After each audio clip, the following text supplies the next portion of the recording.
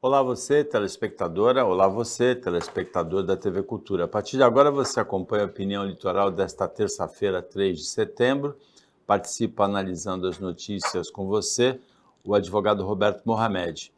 E a primeira notícia que a gente vai abordar é a de que o ministro Alexandre de Moraes não ficou sozinho na decisão da suspensão da plataforma X no Brasil. O ministro Alexandre de Moraes confirmou os termos da decisão individual e propôs a manutenção da suspensão da plataforma X e da multa de R$ 50 mil para quem fizer o acesso por meio de ferramentas como o VPN. Todos os colegas concordaram. A única ressalva foi feita pelo ministro Luiz Fux.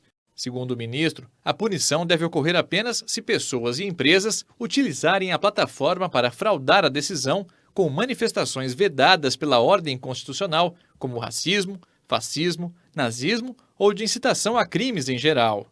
Durante um evento na USP, o presidente do Supremo Tribunal Federal, ministro Luiz Roberto Barroso, comentou o assunto. A atitude de retirar a representação para não ter que cumprir ordens judiciais e para não ter que observar a legislação brasileira é um comportamento que não seria aceitável em qualquer lugar do mundo. O bilionário Elon Musk, dono da rede social, respondeu. Em uma publicação, pediu o impeachment do ministro Alexandre de Moraes.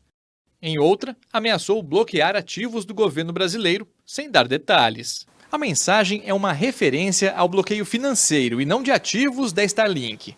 A empresa de internet por satélite também é do empresário e teve as contas bloqueadas para garantir o pagamento de multas do X. Nesta segunda-feira, a empresa entrou com uma nova representação no Supremo, solicitando o desbloqueio. É o segundo pedido ao STF. O primeiro foi negado pelo ministro Cristiano Zanin na última sexta-feira. A companhia informou que não irá cumprir a determinação de restringir o acesso ao X enquanto as contas bancárias estiverem bloqueadas.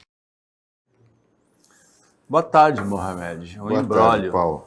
Mas eu nunca vi tanta bobagem dita por pessoas que se julgam influenciadores. Falar bobagem, todo mundo pode, não é crime. Eu vi um vídeo, por exemplo, do Thiago Leifert, da Globo, falando que ele odeia o X, mas que ele é contra a censura. Eu falei, ninguém está fazendo censura. Os idiotas da direita, inclusive deputados, que só gostam de lacrar, como o caso do pessoal do Novo, um partido deste tamanho, que de novo não tem nada, que entrou com uma ação de descumprimento de preceito constitucional, que o relator é o Cássio Nunes. Essa gente é ridícula. Estão defendendo liberdade de expressão. Em primeiro lugar, que a maioria dos que estão defendendo liberdade de expressão pedem a volta da ditadura, onde não há liberdade de expressão. E ali havia censura. Não sabem nem o que falam. Mas o X da questão, literalmente, está no seguinte. Por que toda rede social tem que ter representação no Brasil? Porque rede social não é terra de ninguém. Pensam que é, mas não é. Por exemplo, eu vou dar um exemplo de alguém que está falando de liberdade de expressão toda hora. O Kim Kataguiri, que já esteve aqui algumas vezes. Um cara cria um perfil com avatar e desce a lenha no Kim, contando mentira, dizendo que ele é corrupto, que ele é isso, que ele é aquilo. O Kim, ele processa quem ofende a honra dele. Já fez isso várias vezes. Aí ele entra com processo, mas para entrar com pediu uma ação de indenização por danos morais ou retratação, ele precisa saber quem fez.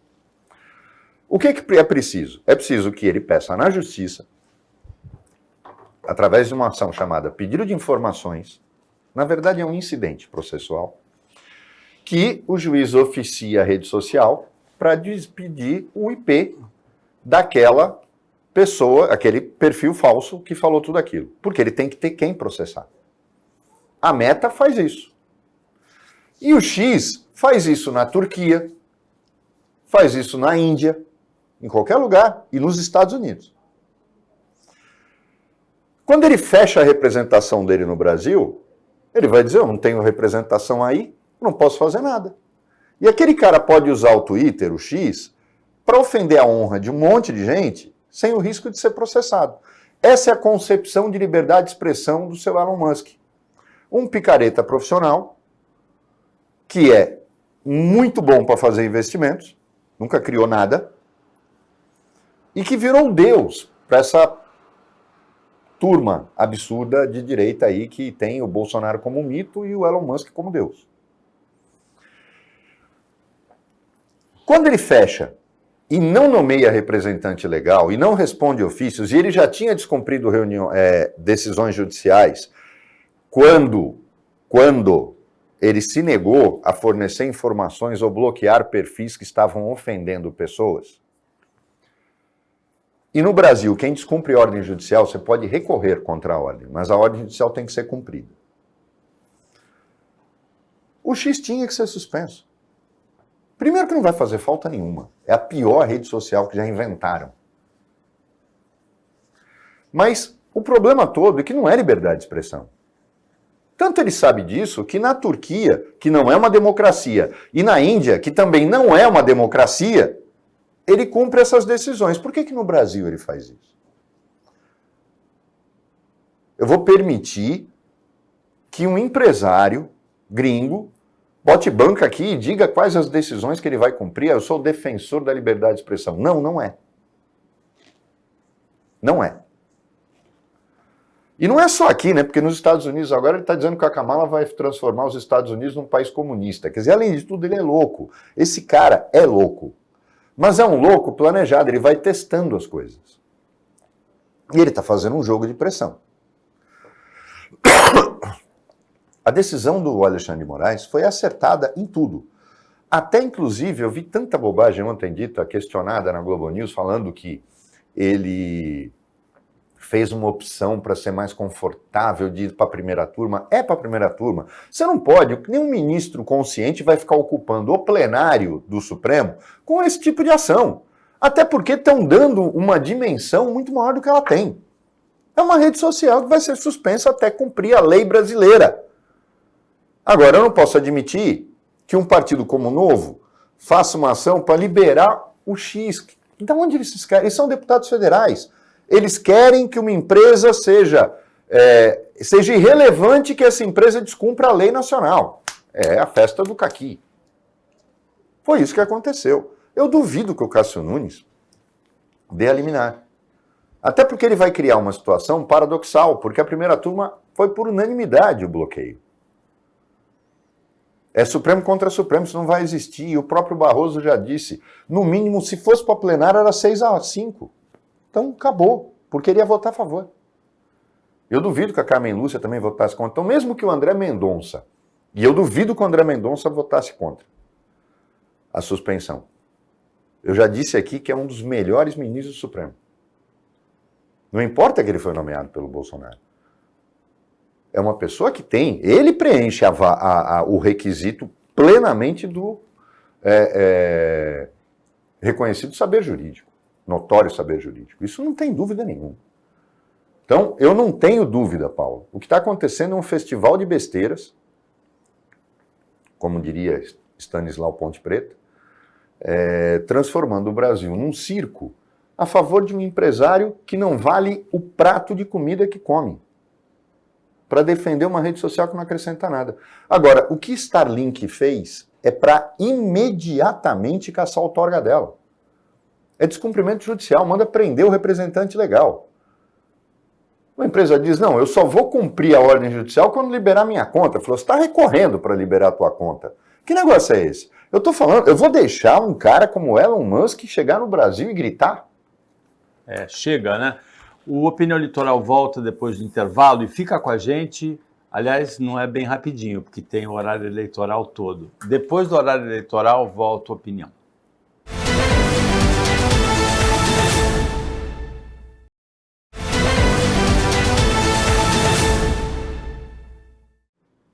O programa Silêncio Urbano, que vai ser abordado agora na Opinião, ele tem um nome muito sugestivo, né? PSIL, Programa Silêncio Urbano. Ele tem problemas em São Paulo, mas não é em São Paulo. Na nossa região também tem problemas.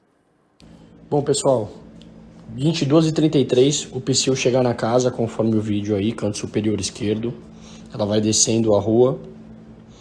Então esse é o horário de chegada, atentos ao horário. Na minha multa, eu fui multado às 22h31, ou seja, ela já tinha me multado antes de chegar na casa. Ela só foi para cumprir protocolo. 22h36 aparece a fiscal direcionando o equipamento de ruído para 4 pessoas que estão esperando o Uber do lado de fora da casa. Nota que tem um vizinho conversando na porta também do lado dela e ela direciona para o pessoal que está na porta da casa. O motivo da multa foi algazarra e gritaria. É isso aí. Algazarra e gritaria foi isso que ela colocou no documento que ela mesma fraudou. A câmera interna da minha casa, às 22h35, mostra que a gente tinha cerca de 15 clientes na casa, apenas finalizando o pedido e indo embora. A nossa casa já estava fechada desde as 10 horas, e é assim que a gente trabalha toda sexta. Mais uma fraude grave, ela coloca o nome de 2 policiais como testemunha, né? E segundo o próximo vídeo aí, mostra que ela chegou e foi embora sozinha. Quando meu gerente vê que ela tá na rua, vai até ela, ela simplesmente foge e vai embora, sozinha. É isso que os bares e restaurantes do Tatuapé estão passando. Esse é o esquema do Psyll. É só o começo. É grave, Paulo. É grave e está acontecendo aqui também. O fiscal não pode ser bandido. Essa mulher é bandida. Aqui eles estão fazendo o seguinte, pasmem. O fiscal vai com o aparelho... O aparelho que ela direciona é um aparelho que mede ruído em decibéis. Eles estão indo em porta de escola. Porta de escola. Na hora do intervalo, ele liga o gravador. Na rua. Então ele pega trânsito, caminhões passando, carros passando, e a hora do recreio de uma escola que dura 10 a 15 minutos. E aplica multa para a escola. E estão fazendo isso em bares também. Isso é bandidagem. Isso não é lei de silêncio. Isso não é lei de convivência urbana. Isso é falta de ação do poder público municipal, que permite bandidagem. É mais ou menos, vocês lembram o que aconteceu em São Paulo, cidade limpa, aí tiraram todos os cartazes, o Kassab deu uma declaração dizendo o seguinte, eu não tenho condição de fiscalizar, então está tudo proibido. Foi isso que fizeram. Agora, quando você pega um fiscal ardiloso, safado sem vergonha, e ele mede num horário específico, onde ele sabe que vai ter barulho para poder aplicar uma multa, então aí você tem 2 explicações. Já cansaram de dizer que a CET também tinha isso, a gente não sabe, porque até hoje não tem transparência em como esse tipo de fiscalização funciona. Fiscal tem participação? Fiscal ganha produção? Não sei, eu acho que chegou a hora das prefeituras, não é só 1 ou 2, explicarem como é que elas remuneram seus fiscais. Tem prêmio de produtividade? Tem participação? Tem meta para cumprir? Eu acho que chegou a hora de esclarecer esse tipo de coisa. Porque não dá mais para você ter poder público ser sinônimo de sacanagem. Poder público é onde você se socorre.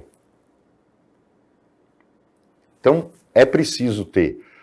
E não funciona. Você pega, por exemplo, ouvidoria. Quando você pega uma ouvidoria, você coloca o cara lá e ele vai ser coordenador de campanha, acabou a ouvidoria, ele não vai ouvir mais ninguém, ele está preocupado em falar. Então você tem que ter um sistema que funcione. Eu há muito tempo atrás, o Paulo, não sei se você lembra que eu falei aqui que a ouvidoria tinha que ser corregedoria, junto. Porque a ouvidoria, ela ouve e repassa o recado, a corregedoria apura. O prefeito que tiver essa ideia vai começar a ter uma... É lógico, né? Se não for corrupto. Mas o prefeito que tiver essa ideia, aí ele vai estar prestando serviço. Ele transforma a ouvidoria dele ouvidoria e corregedoria. Ou então elimina a ouvidoria, porque a corregedoria já é ouvidoria, porque ela recebe denúncias, mas ela tem poder de investigar. Você tem que colocar uma pessoa boa lá e que vá lá fuçar para ver o que está acontecendo. Já cansei de dizer, espírito de corpo não é espírito de porco. Você tem que defender a sociedade. E como é que funciona o espírito de corpo? Defenestrando quem não presta e não protegendo o vagabundo. Porque aí você faz todo mundo pagar por aquilo. Podem ter certeza disso. Agora, na hora do intervalo, no período diurno, de manhã ou à tarde, pode ter aquele volume de Não, ruído. tem um limite, bom à Paulo, noite, que é né? 80 decibéis. Não, é 80 decibéis. Mesmo durante o dia, você não pode ter barulho excessivo. Agora, imagina Santos, por exemplo, que tem terminal retroportuário em área urbana, que tem... a lei que está no Congresso Nacional tem até escola de tiro perto de escola. Tem construção, tem bate-estacas, né? Exatamente, durante o dia, mas não pode ter ruído excessivo, mesmo durante o dia. Depois das 22, não. O ruído do bate-estacas é insuportável, né? Sim, mas acontece que se você não deixar no ruído, esse ruído vai tomar multa. Você inviabilizou a indústria da construção civil, você concorda? Não tem como. Existem coisas que a gente tem que conviver. São os ônus da vida em sociedade, da sociedade moderna. Vai morar no campo. Você não quer ouvir bate-estaca, você não quer ouvir barulho de trânsito, você tem que morar no campo. Você não vai morar na cidade. Você vai morar na cidade, você tem um problema. Por exemplo, o trânsito de São Paulo. Se você colocar um medidor de ruído na Avenida Bandeirantes na hora do rush, o que vai acontecer? Ele vai disparar, vai até quebrar o aparelho. Não tem condição. Agora, na Baixada Santista, Santos Vicente, Praia Grande, Guarujá, tem o problema da moto, né? Inclusive muitas motos com escapamento aberto, né? Mas aí vem de uma tradição que a gente tem de que a vistoria do Detran não existe. Não existe. Se existisse, você tirava metade das motos de circulação e dos carros velhos também. Na verdade, mais da metade, porque a grande maioria das motos, elas têm o número de pontos, de multas, que ultrapassa o valor da moto. Quando é apreendida, o cara esquece. O cara já compra a moto assim, e quando ela é R$ 1.500, ele paga na moto, e quando ela é apreendida, esquece. Com a mudança de hábitos que a gente teve e com o excesso de delivery, começou a ficar muito complicado. E aí, o Uber também criou o serviço de Uber Moto.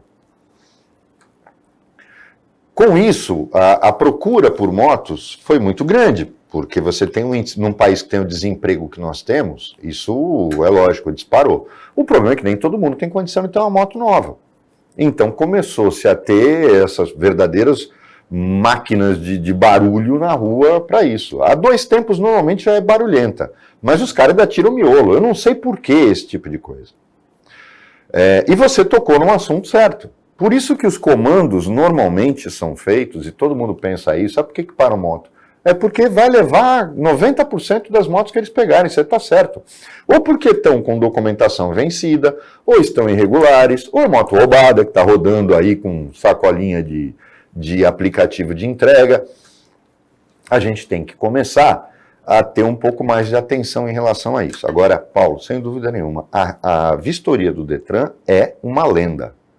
Porque senão você não deixava metade dos carros circularem. Os carros com mais de 15 anos, 20 anos, não circulavam mais.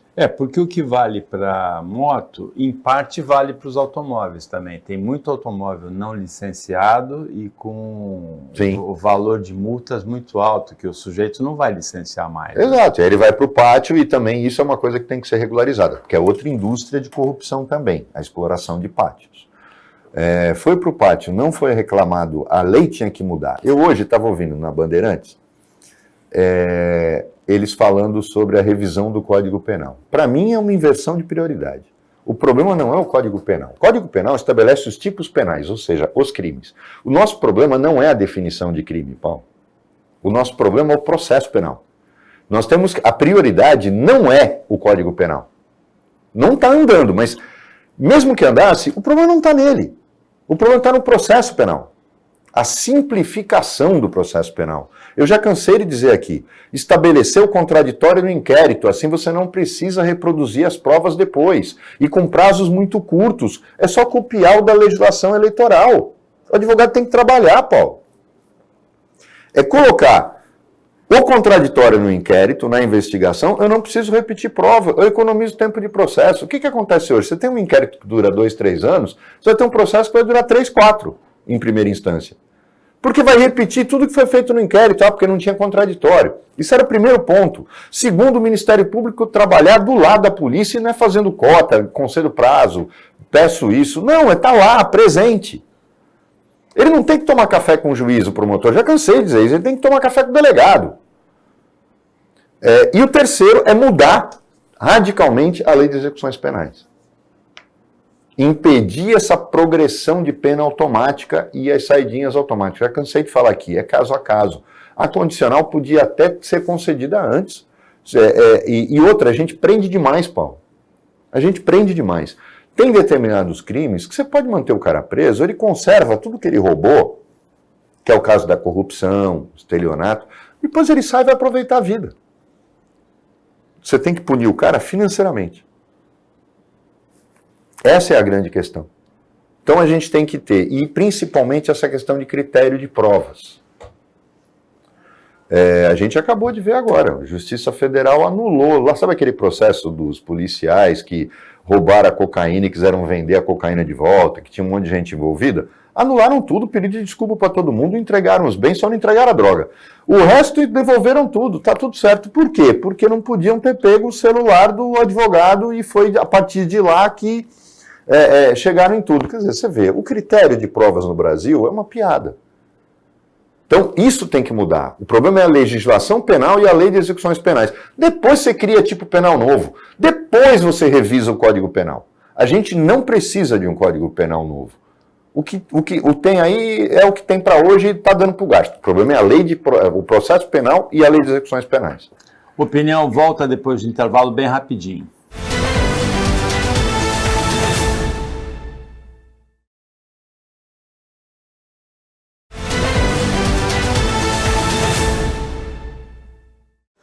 Voltando com o Opinião Litoral, que agora vai se ocupar do imbróglio, da confusão, da ditadura da Venezuela.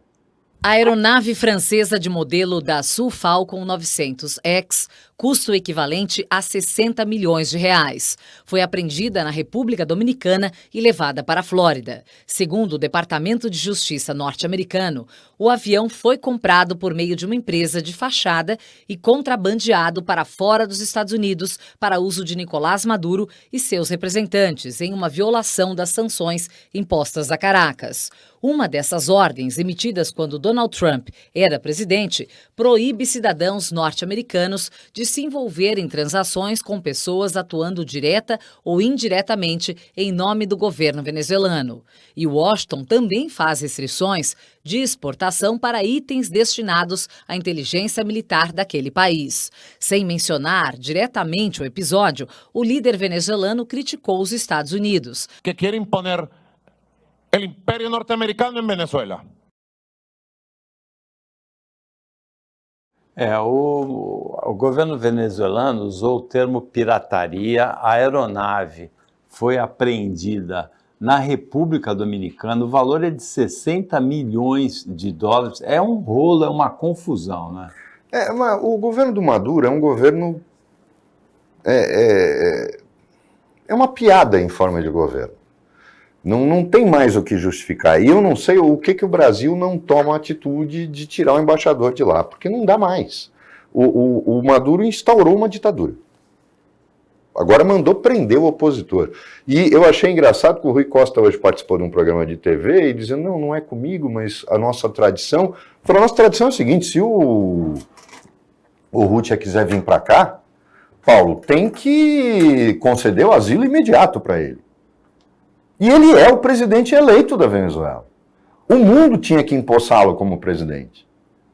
Então, por que eu estou falando isso? Porque a partir desse momento, a ONU, não é só a OEA, a ONU pode tomar uma atitude mais forte, porque é um governo ilegítimo, é uma ditadura reconhecida.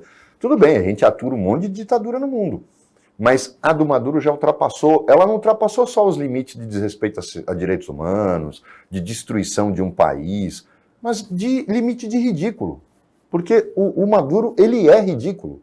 E ele, para mim, não é um cara normal, ele tem problemas mentais. Então, já passou da hora.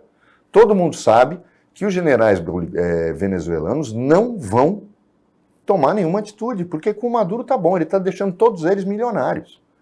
Mas às custas de um país e provocando um problema de refugiados na Colômbia e no Brasil. Eu acho que já passou da hora de tomar uma atitude. Não tem mais justificativa para o mundo não se manifestar. E parabéns para os Estados Unidos que fizeram isso. Já mostraram para ele que o negócio vai ficar pior. Agora, como é legalmente interditar ou interferir ou apreender, né, o termo certo, uma aeronave em outro país, na República Dominicana? Na verdade, a República Dominicana atendeu a um pedido das autoridades americanas porque existe acordo entre a República Dominicana e os Estados Unidos.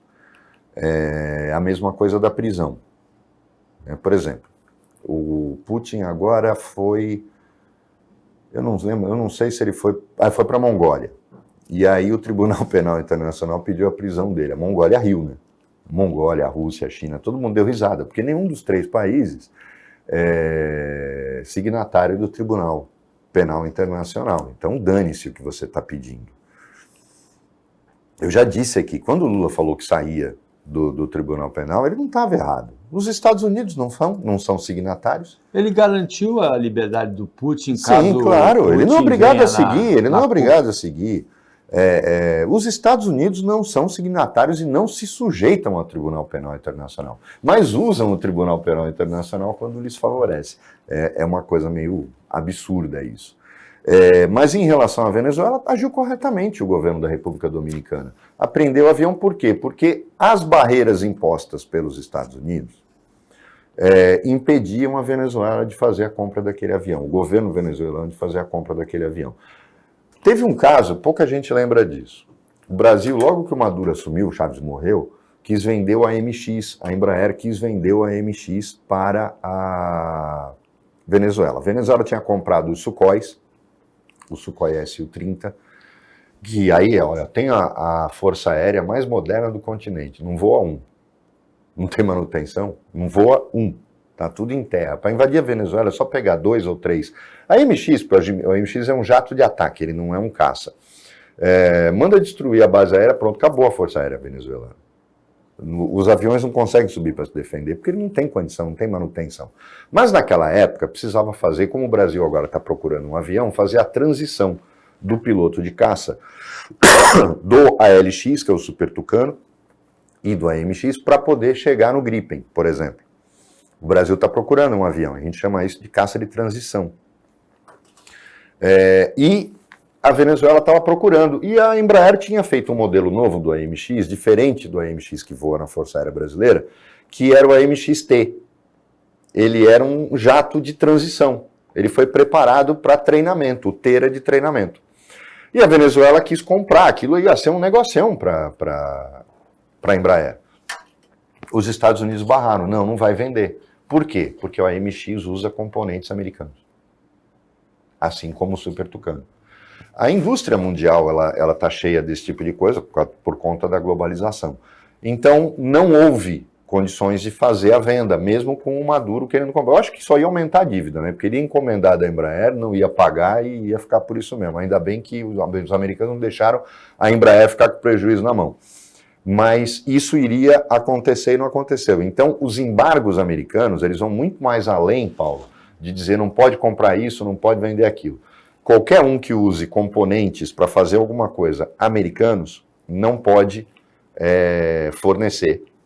É diferente dos embargos da ONU, porque aí eles são genéricos e aí abrangem tudo.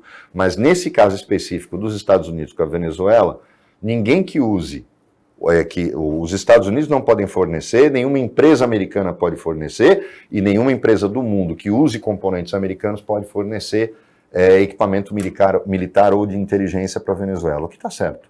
Só que agora escancarou de vez. Aquilo é uma ditadura. Nem o PT consegue mais justificar o que está acontecendo na Venezuela. Uma pesquisa da Datafolha mostrou que 23 milhões de pessoas no Brasil vivem em comunidades em que o controle ou é do tráfico ou da milícia. 27 milhões têm no caminho diário para a escola ou para o trabalho contato com cracolândias. A gente teve em São Paulo 2 empresas de ônibus que transportavam mais de 700 mil passageiros por dia, interditadas por controle do crime organizado. Como tem tido juízes presos por sentenças a favor do crime organizado, que está em praticamente todas as instituições do Brasil. Mas, ainda assim, há limites, né? O PCC planejava a morte do secretário de Segurança do governo paulista, Guilherme Derrite. Isso foi demais, porque por mais que você não concorde, eu não concordo com a linha de ação do Derrite. Eu não acho que a polícia é a única PM que existe. Eu já cansei de dizer aqui, se não investir na polícia civil, não adianta depois ficar reclamando que a polícia prende e a justiça solta, porque o inquérito é mal conduzido, a investigação é ruim, as provas são apreendidas de maneira equivocada. A PM não sabe fazer isso. A PM é uma polícia ostensiva. Talvez fosse até a situação de começar um treinamento novo e criar uma parte da PM voltada para isso. Mas hoje a gente não tem. Sem investir na Polícia Civil, você não vai conseguir fazer o combate ao crime organizado da forma efetiva, porque o judiciário vai soltar, ou porque os juízes acabam se corrompendo, ou porque os juízes ficam com medo, porque as pessoas não têm noção do poder do crime organizado, ou porque simplesmente o inquérito está mal feito. Agora, quando você tem um secretário de Segurança Pública, descobre-se um plano para assassiná-lo, é muita coragem, Paulo. É muita coragem. Primeiro porque o Derrite tem um esquema de segurança em torno dele, muito bom, e tem que ter, ele é o secretário de Segurança Pública, mas é inacreditável a coragem que o PCC tem. É inacreditável a ousadia do crime organizado de planejar matar o secretário de Segurança Pública do Estado de São Paulo. O plano foi descoberto, né? Mas existiu esse plano. E uma outra decisão, uma decisão até surpreendente, é a do ministro Dias Toffoli, que revalidou o júri que condenou 4 envolvidos, inclusive o cantor da banda e o gerente da Boate Kiss, na tragédia de 2013, que matou 242 pessoas. Esse júri que condenou os 4, ele foi invalidado pela escolha dos jurados pelo Tribunal de Justiça do Rio Grande do Sul e pelo STJ, Superior Tribunal de Justiça. Houve um recurso dos 2 ministérios públicos, tanto do Rio Grande do Sul quanto federal, e a Procuradora-Geral da República, Raquel Dodge, no ano passado, manifestou parecer favorável à revalidação que o ministro Dias Toffoli publicou ontem. A gente não tem muito tempo nesse bloco, mas é mais ou menos o seguinte, o Toffoli botou ordem na casa. O STJ está sendo leniente demais, isso é uma coisa que está acontecendo constantemente, Paulo. A decisão do TJ eu entendo, mas a do STJ tem sido leniente com o crime de forma abusiva. Então, mas uma decisão de júri precisa ser alguma coisa muito grave para que seja anulada, não é? Paulo, como é que eu vou alegar suspeição dos jurados? Eu vou ter que colocar, então vamos convocar o júri em Montevidéu. Santa Maria é no sul, é no Rio Grande do Sul, então vamos fazer em Montevidéu, porque o pessoal de lá não viveu o drama. Qualquer jurado brasileiro que acompanhou as notícias tem isso em si, nas suas memórias. Então vai estar contaminado pela imprensa, ou seja lá pelo que for. Ou então você tem que tirar do júri. É um absurdo. A alegação da defesa, eles fizeram o papel deles. Agora, o tribunal cair nessa foi demais. E pior, o STJ ter validado a decisão do Tribunal de Justiça. Eu acho que o Toffoli botou ordem na casinha. Um dos condenados já está preso, o outro já se apresentou na delegacia. A prisão voltou a vigorar pela decisão do Toffoli, monocrática, que foi publicada no Diário Oficial ontem. Opinião Litoral volta depois do intervalo e agora é rapidinho, não tem propaganda eleitoral no meio, não.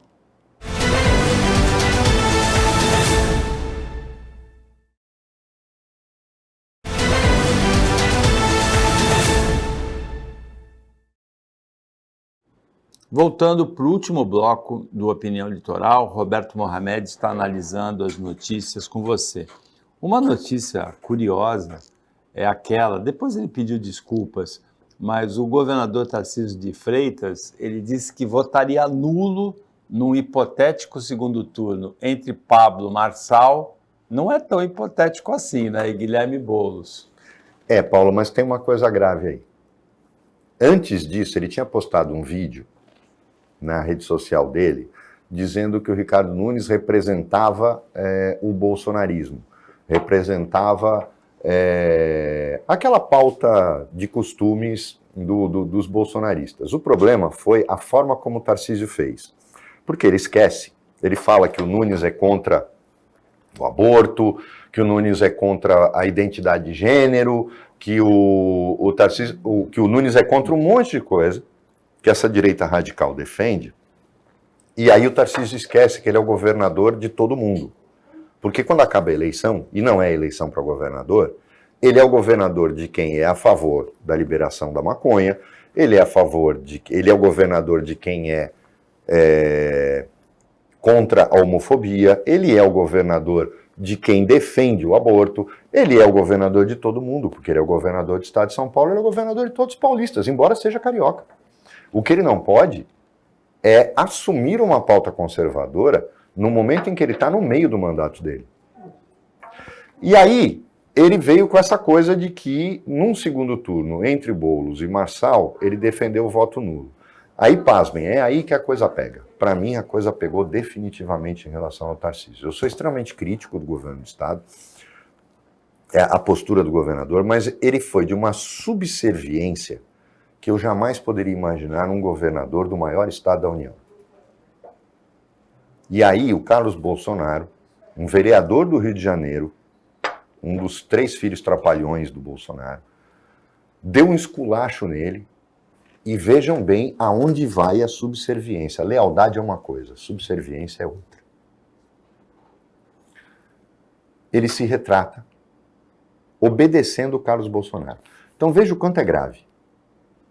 O governador do estado de São Paulo, mesmo sendo carioca, é o governador eleito do estado de São Paulo e se submete a um puxão de orelha dado por um vereador que, por coincidência, é o filho mais problemático do mito, que pode ter sido o cara a quem o Tarcísio é muito grato. O Tarcísio não pode ser subserviente.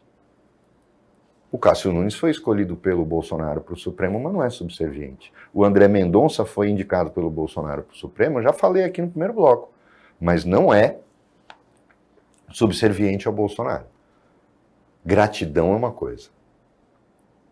Até a lealdade é outra. A subserviência destrói o cidadão. Porque ninguém votou no Bolsonaro para ser governador de São Paulo. É preciso entender isso. O governador emitiu a opinião dele, problema dele. Agora, ele tomar um puxão de orelha do Carlos Bolsonaro, que é ninguém, é o filho do mito, o problemático. E aí, ele volta atrás. Não adianta ele depois fazer discurso de valente. Olha, pode chamar a Liga da Justiça, ir para a ONU, ir para o raio que eu parta, porque eu vou continuar prendendo, batendo bandido e tal. Não adianta fingir que é valente. Voltar atrás por conta de um puxão de orelha do filho problemático do Jair Bolsonaro foi o fim da picada. Ele podia ter voltado atrás por ele. Ele falou, olha, eu pensei bem, a direita tem que ter posição. Não importa que é um cara que não merece nem consideração, mas eu prefiro votar no Demo do que votar no Boulos. Isso era um direito dele. Agora, fazer isso porque tomou um puxão de orelha de um vereador do Rio de Janeiro. Ah, mas é o filho do Bolsonaro. E daí? Ele é o governador do estado de São Paulo. Eu vou repetir, o maior estado da União. Isso para mim é inconcebível. Inconcebível.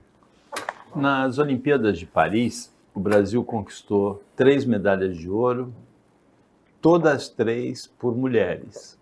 Uma delas, a Bia Ferreira, natural de Peruíbe, aqui da Baixada.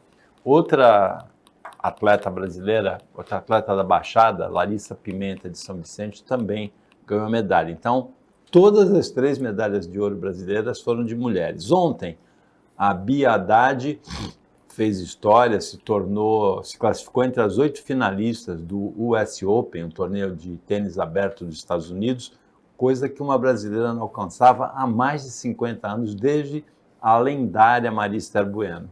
E a atleta da Baixada, Beth Gomes, essa se tornou ela a lenda ontem, não é? E o mais incrível, Paulo, saiu uma matéria na Veja da semana passada, que fala do paradoxo que é o nosso país. Por que o Brasil, que trata tão mal a pessoa com deficiência, é potência mundial nos Jogos Paralímpicos? É curioso isso. Nós somos uma potência paralímpica. O Brasil provavelmente vai terminar em quinto no quadro geral de medalhas. Ao contrário da Olimpíada... E tem uma coisa para falar. Eu vi uma vez, quando os atletas começaram a chorar na Olimpíada, eu vi vídeo, né? Aquela história, artista acha que pode falar o que quiser. Aí o Mion falando, vocês não têm que pedir desculpa, quem tem que pedir desculpa somos nós, o Brasil maltrata vocês. O Brasil não maltrata coisa nenhuma. Se tem um negócio que funciona no Brasil, é o COB, Comitê Olímpico Brasileiro. Eu vi uma matéria produzida com um cara do Arco e Flecha, brasileiro do Arco e Flecha, pouco antes da Olimpíada de Paris, e ele falou textualmente, os centros de treinamento que o COB montou para o alto desempenho no Brasil são de primeiro mundo. Tudo, desde o planejamento alimentar, equipamentos, forma de treinamento, a Bolsa Atleta, os patrocínios. O Brasil dá dignidade aos atletas brasileiros. Tem que pedir desculpa coisa nenhuma. Esses artistas ridículos que ficam se colocando o tempo todo como se, olha, são heróis, tal. O cara que é atleta. E tem um detalhe, o esporte se tornou uma opção plena de ascensão social. Isso tem que ser aplaudido. E a gente não tem que ficar pedindo desculpa. O Brasil está fazendo um trabalho direitinho. O governo não tem que fazer nada mais do que está fazendo, porque está fazendo certo. Na questão paralímpica é muito curioso. Nós não temos investimento. Olhem as calçadas. Você que está assistindo o programa nas cidades aqui do litoral ou em São Paulo, ande na rua. Veja se a calçada é feita para cadeirante, para cego. Não é. Nós não nos preocupamos com a acessibilidade. Nós tratamos mal essas pessoas. Mas o investimento no esporte paralímpico é exemplar. E sabem por quê? Porque ele divide o dinheiro, divide a verba que vem das loterias da Caixa. Porque o segredo de tudo isso que eu falei é porque está vindo dinheiro das loterias da Caixa. Né? Não é desses sites de aposta que você, idiota, fica usando no seu celular e que perde muito mais do que ganha. Entendeu? Não é disso. É da Caixa. E é dividido entre o esporte olímpico e o esporte paralímpico. Ou seja, não falta dinheiro. Montaram um centro de treinamento em São Paulo que é excepcional, criaram vários outros centros regionais de treinamento e o Brasil está dando show na Paralimpíada. Ela não tem o mesmo apelo emocional da Olimpíada, mas é um exemplo para o mundo. O Brasil é uma potência paralímpica e não é porque está gastando mais dinheiro ou porque eles são super-heróis. É porque o esporte paralímpico no Brasil, ao contrário de alguns outros países do mundo que são potências olímpicas, não é privilegiado o esporte olímpico. É dividido o dinheiro da loteria da Caixa entre os dois, o treinamento de esportes olímpicos e paralímpicos. Resultado, a gente chega lá e dá show. E é proporcional. Tudo bem, o número de medalhas nas Olimpíadas Paralímpicas é maior, para quem não sabe, porque você tem subcategorias dentro de cada modalidade. Mas o Brasil dá um show. O Brasil é potência paralímpica, mas o segredo está aí. Dividiram igualmente o dinheiro. Você imagine que a seleção brasileira de futebol feminino tivesse a mesma verba da CBF que a masculina tem. A gente tinha ganho Copa do Mundo, a gente tinha ganho Olimpíada, era lógico, Paulo. Agora, a jogadora brasileira muito boa tem que ir para o exterior. Olha o salário das meninas. Ah, mas não tem público. Não tem público porque não tem divulgação. O dia que a Globo pegar o peão, a unha, e fizer um campeonato decente, por que não usa as meninas para fazerem preliminar? Antigamente tinha preliminar. Você repara, não existe mais preliminar. A preliminar era sensacional. Por que não existe mais preliminar hoje no Campeonato Brasileiro? Por que não existe preliminar no Campeonato Paulista, na Copa do Brasil? Por que não se aproveita o público desses jogos para criar? O Luciano do Vale deu a receita há 40 anos atrás de como tornar um esporte popular, Paulo, com o vôlei. Lembra? O vôlei, o boxe, né? A gente deve a ele. O Luciano do Vale entendeu o seguinte: se eu fizer o brasileiro ir assistir o jogo, trouxer estrelas para participar, eu vou conseguir. E hoje o vôlei, todo mundo fala, é o segundo esporte coletivo brasileiro. Porque um homem teve visão. Ele era sensacional. Depois fez isso com o boxe. Não teve continuidade depois. Não por conta dele. Mas porque no Brasil as coisas não têm continuidade. Não existe um planejamento de longo prazo. Mas é possível, sim. E o esporte paralímpico mostra isso. Dividindo verba com o esporte olímpico, ele chega lá na França e dá show. E se nós fizéssemos isso com os outros esportes no Brasil, a gente teria muito mais resultados. Quem sabe um dia a gente seja capaz de pagar uma Marta 10% do que um Neymar ganha para cair em campo a cada 5 minutos. Então vamos começar a pensar no que a gente pode fazer. Talvez a gente precise de um novo Luciano do Vale, quem sabe? O Opinião chega ao final, Opinião Litoral, agradecendo a participação do Mohamed, o trabalho da equipe técnica e de jornalismo daqui do Sistema Costa Norte, e a você que acompanhou a gente mais essa edição. Até amanhã, nesse mesmo horário, antes e depois do horário eleitoral gratuito, e da hora do almoço, e uma ótima terça-feira para você que você merece.